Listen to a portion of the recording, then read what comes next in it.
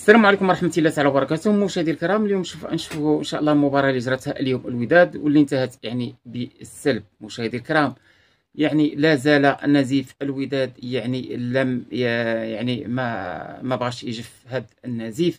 تنشوفوا خرجت اليوم بالسلب مع اتحاد تورق. الوداد لا زال يعاني، وضروري خص يكون واحد التكاتف بين في النادي ومع الجماهير ان شاء الله يتجاوز المحنه. مشاهدينا الكرام، ما نطولش عليكم، نخليكم تشوفوا ملخص المباراه التي قادره على تحقيق الفوز في اي لقاء، قادره على الوصول في اي لحظه من اللحظات لمرمى الفريق الخصم.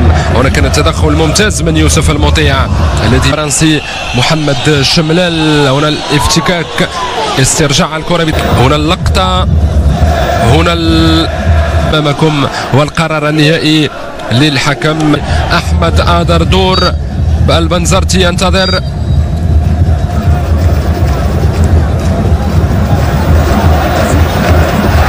بطاقة حمراء. وبقية عناصر الخط الهجومي للاتحاد الرياضي التونسي. هنا فرصة تسديد، الهدف الأول، جول الهدف الأول للوداد الرياضي في الدقيقة 13. الحكم المساعد على ما يبدو رفع الراية. مريرة، كرة وصلت لإسماعيل، هكذا انهى الفرصه اسماعيل الحداد. بورا وصلته الكره سيف الدين، امكانيات ممتازه من بورا لسيدي بون عمار الموريتاني. بعد خروج انس سرغات بالبطاقه الحمراء، كان من المنتظر من الياس الشتي. سيدي بون عمار ينطلق يبحث عن سيف الدين بورا، التدخل في الوقت المناسب من الحواصلي. كرة خر سعيد قد تأتي بالخبر السار لعشاق الوداد الرياضي. تمريرة طويلة من المطيع بحثا عن العملود، خروج حارس المرمى الحواصلي من جانب كلا الفريقين. منتصر الحتيمي، فرصة للوداد الرياضي، كان البحث عن الحداد، تسديدة بعيدة كل البعد بدون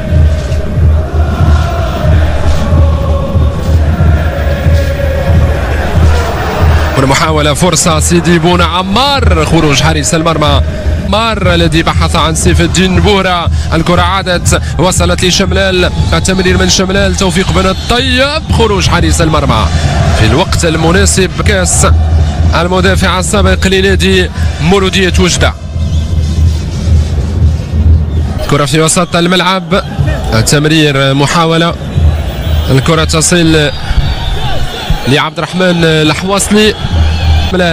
من هناك برقي في الرواق الايمن، العرضيه من اشرف، كان البحث عن توفيق بن الطيب، يتقدم بعد ذلك التمرير، محاولة افتكاك الكرة من توفيق بن الطيب، خطأ فادح من يوسف المطيع لحسن حظ وان امين ابو الرياضي في المملكة المغربية. هنا فرصة للاتحاد الرياضي التونسي، رضوان ايتلم قدم التدخل التونسي. اللقطة الماضية تدخل من امين ابو الفتح، كانت كنية للاتحاد الرياضي التونسي. التنفيذ، خروج حارس المرمى من هناك لامين ابو الفتح. محاولة سيدي بون عمار، يسدد سيدي بون عمار، حارس المرمى عبد الرحمن الحواصلي يتدخل على هنا الفرصة، هنا المحاولة، الكرة وصلت لسيدي بون عمار، هكذا سدد الموريتاني، وبتلك الطريقة تصدى عبد الرحمن الحواصلي.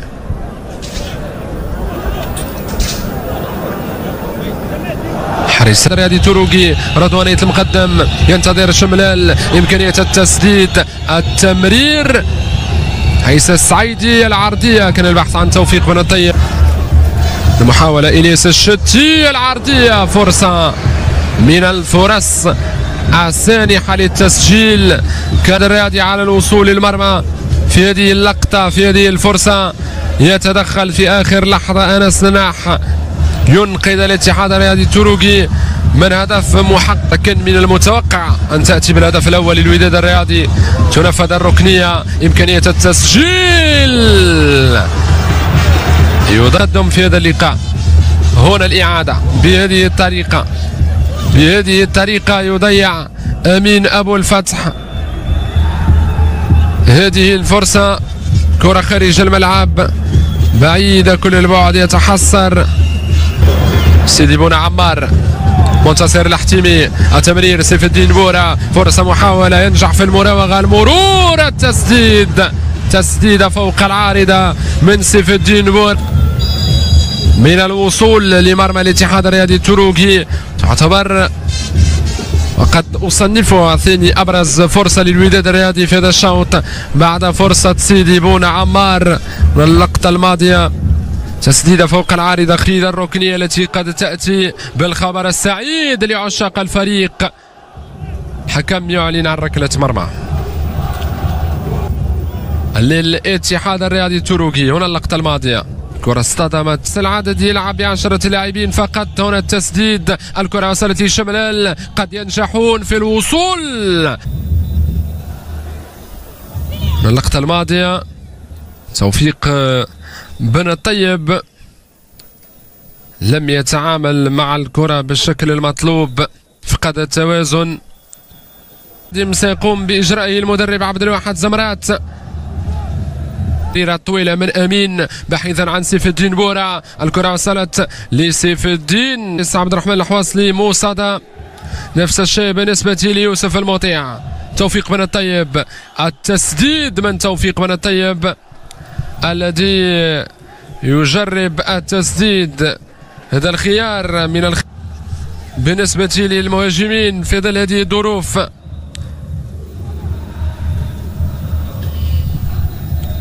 لسهيل الزمرات، التسديد، تسديدة تصل لسيف الدين، عادت للاتحاد الرياضي التروكي في فرصة جديدة، محاولة جديدة، خروج يوسف المطيع. إمكانية التصويب، التسديد، يوسف المطيع. تسديدة كانت قوية من حسام الصادق. التصدي كان رائعا من يوسف المطيع. هنا اللقطة الماضية، تسديدة كانت قوية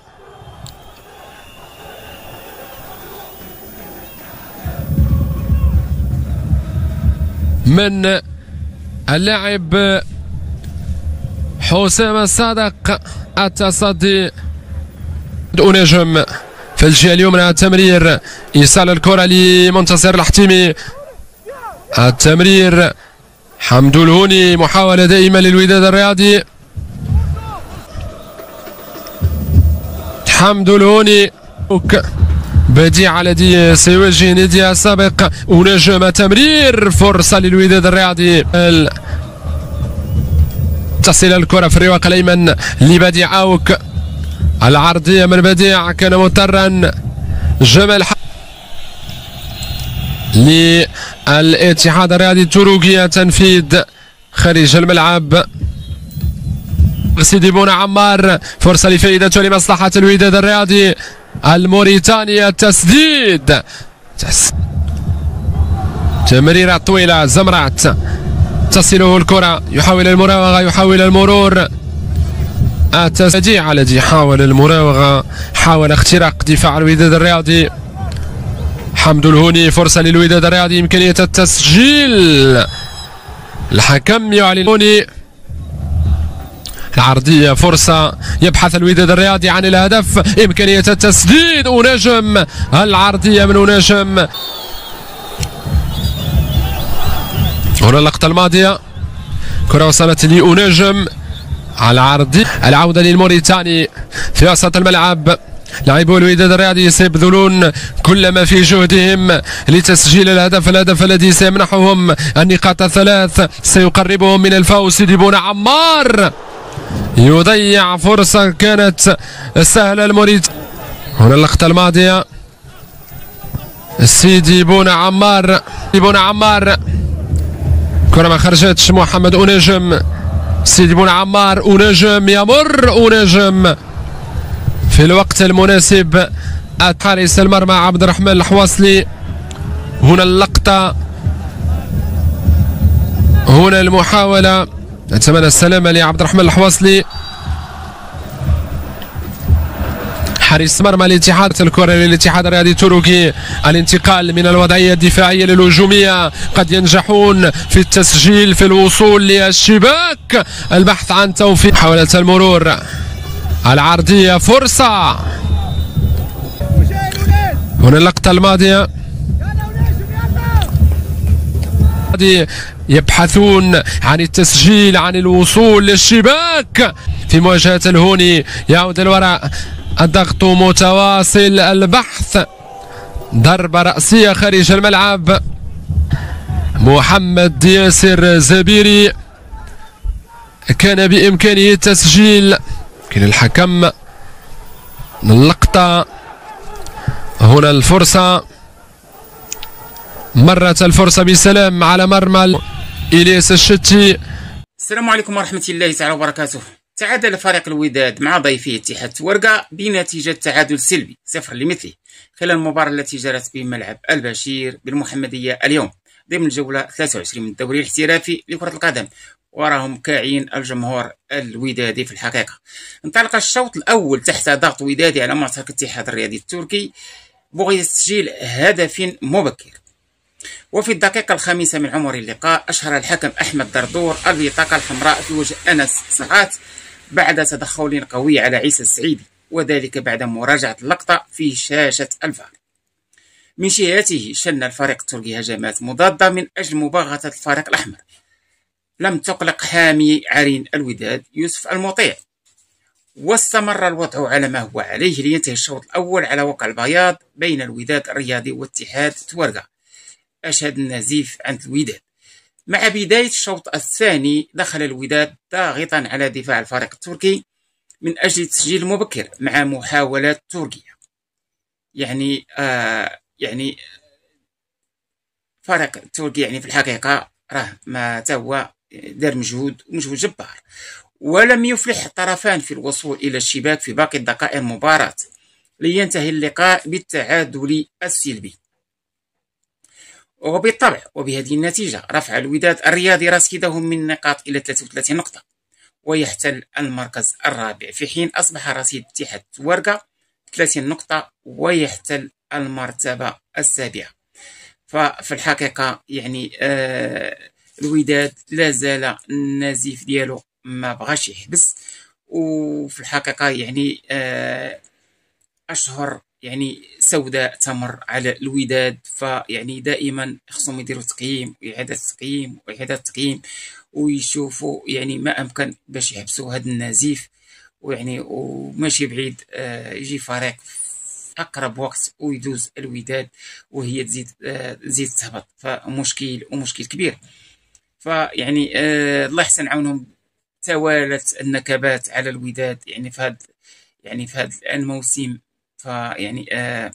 يجب أن تتكاتف النادي مع الجماهير لتخطي هذه الأزمة اللي أرخت بظلالها على الوداد وعلى محبي الوداد وعلى هذا النادي وداد الأمة، وداد اللي عنده تاريخ كبير.